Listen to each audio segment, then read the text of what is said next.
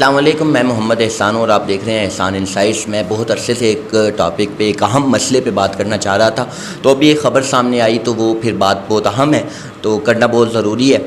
تو ہم بات کی طرف بڑھتے ہیں۔ وہ یہ ہے کہ CCD کی طرف سے جو ماورائے عدالت قتل کیا جاتا ہے اور اس کو جو قانونی جواز فراہم کیا جاتا ہے، تو وہ ایک مہذب معاشرے میں ایسا نہیں ہونا چاہیے اور ہر باشعور شہری کو اس کے خلاف آواز اٹھانی چاہیے، اس کے خلاف ایک ایکشن لینا چاہیے۔ لیکن بحیثیت معاشرہ ہم اس چیز کو سپورٹ کرتے ہیں۔ شاید ہم عدالتی نظام سے اور انصاف کے فقدان سے مایوس ہو چکے ہیں کہ ہم اس چیز کا ساتھ دیتے ہیں، اور جیسے ہی کوئی جرم سامنے آتا ہے تو ہم نیچے کومنٹس میں CCD کو مینشن کرتے ہیں، سافٹ ویئر اپڈیٹ اور ہاف فرائی فل فرائی کے حوالے اس طرح کے کومنٹس کرتے ہیں، اور اس چیز کو بطور معاشرہ ہم اس چیز کو قبول کر چکے ہیں کہ CCD کی طرف سے جو کارروائی عمل میں لائی جاتی ہے وہ بالکل درست ہے اور قانونی طور پہ صحیح ہے۔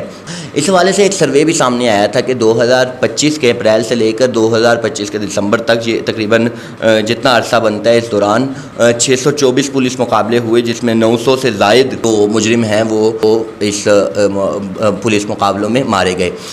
ایک پولیس والا انٹرویو میں بتا رہا تھا کہ ایک پولیس مقابلے میں ایک سے زیادہ مجرموں کا مارا جانا وہ بڑی بات تصور ہوتا ہے۔ تو یہاں پر اگر ان پولیس مقابلوں کو اور مجرموں کی تعداد دیکھیں تو ایک سے زائد بھی مارے گئے ہیں۔ اس وقت آپ کو چکوال کا کیس یاد ہوگا، کچھ دن پہلے، شاید 2 ہفتے پہلے سامنے آیا تھا۔ عدیل احمد صاحب اپنی گاڑی پہ جا رہے تھے اور رات کے تقریباً 10 کے بعد کا ٹائم تھا، 10:45 کا ٹائم تھا، اور وہاں پہ ایک چھوٹے سے قصبے میں گزر رہے تھے، اور وہاں پہ CCD کے اہلکار نے یہ سمجھا کہ یہاں پہ ڈاکو نے شاید ان کی گاڑی کو لوٹا بھی، اور CCD نے یہ سمجھا کہ اس گاڑی میں ڈاکو ہیں، اور انہوں نے فائرنگ کی، جس کے نتیجے میں عدیل احمد صاحب کی چھوٹی بچی شہید ہو گئی۔ عدیل احمد صاحب خود بھی زخمی ہوئے، ان کا بیٹا بھی زخمی ہوا۔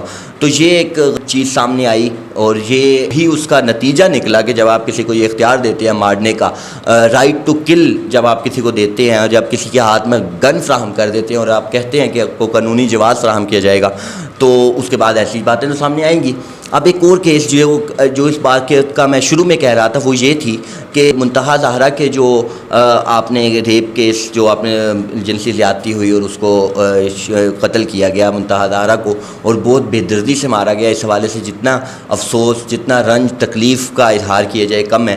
لیکن اس میں جو شخص کو مارا گیا CCD کی جانب سے، اور پھر اس کے اہل علاقہ نے اس کو دفن بھی نہیں کرنے دیا، اور یہ سارا کچھ درست تھا ایک ایسے شخص کے ساتھ جس نے جنسی زیادتی کی ہو، جو ثابت شدہ ہو کی ہو، اس کے ساتھ ایسا ہی سلوک ہونا چاہیے، اس کو کوئی زمین نہیں ملنی چاہیے۔ ایسے ناسوروں کے لیے ہمارے پاس کوئی علاقہ نہیں ہے، کوئی زمین نہیں ہے۔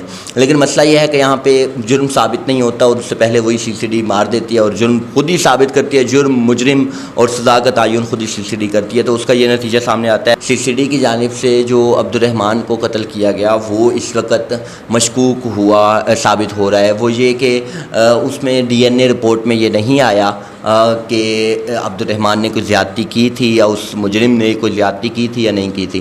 ابھی بھی مزید تحقیقات جاری ہیں، اس حوالے سے کیا سامنے آتا ہے کچھ کہا نہیں جا سکتا، لیکن یہ ضرور ہے کہ ایک بے گناہ مارا گیا، اور اس کی والدہ کا بھی یہی اصرار تھا کہ میرا بیٹا مجرم نہیں ہے۔ اور اس طرح ایک ادارے کو اس طرح کے اختیار دینا، تو وہ پھر اس طرح کے کیسز سامنے آتے ہیں کہ جب آپ کسی کو مجرم سمجھ کے مار دیتے ہیں، اور پھر اہل علاقہ کا بھی اس کے ساتھ یہ سلوک ہو کہ اس کو دفن کرنے کے لیے بھی جگہ نہ ملے۔ اگر مجرم ہو تو ایسا ہونا چاہیے، اہل علاقہ کا یہی رد عمل ہونا چاہیے، لیکن اگر مجرم نہیں ہے اور ایک غلط فہمی کی بنیاد پر CCD نے مارا، اور اس کو اہل علاقہ نے بھی اس کو ذلیل کیا ایک طرح سے، اگر وہ مجرم نہیں تھا تو کون ذمہ دار ہوگا اس کا؟ کیا CCD ذمہ دار ہوگی؟ کیا حکومت ذمہ دار ہوگی؟ کیا انتظامیہ ذمہ دار ہوگی؟ کیا پولیس ذمہ دار ہوگی؟ کون ذمہ دار ہوگا اگر وہ مجرم نہیں ہے؟ کیا یہ معاشرہ ذمہ دار ہوگا؟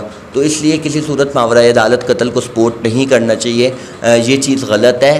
ہمیں باقاعدہ قانون کے مطابق انصاف کے کٹہرے میں لانا چاہیے، اور اس حوالے سے جو بھی قانونی چارہ جوئی ہے، جو قانونی کارروائی ہے، اسے مکمل کرنا چاہیے، پھر کسی شخص کو مجرم قرار دینا چاہیے۔ عدالت کسی شخص کے اوپر یہ حکم لگائے کہ یہ مجرم ہے۔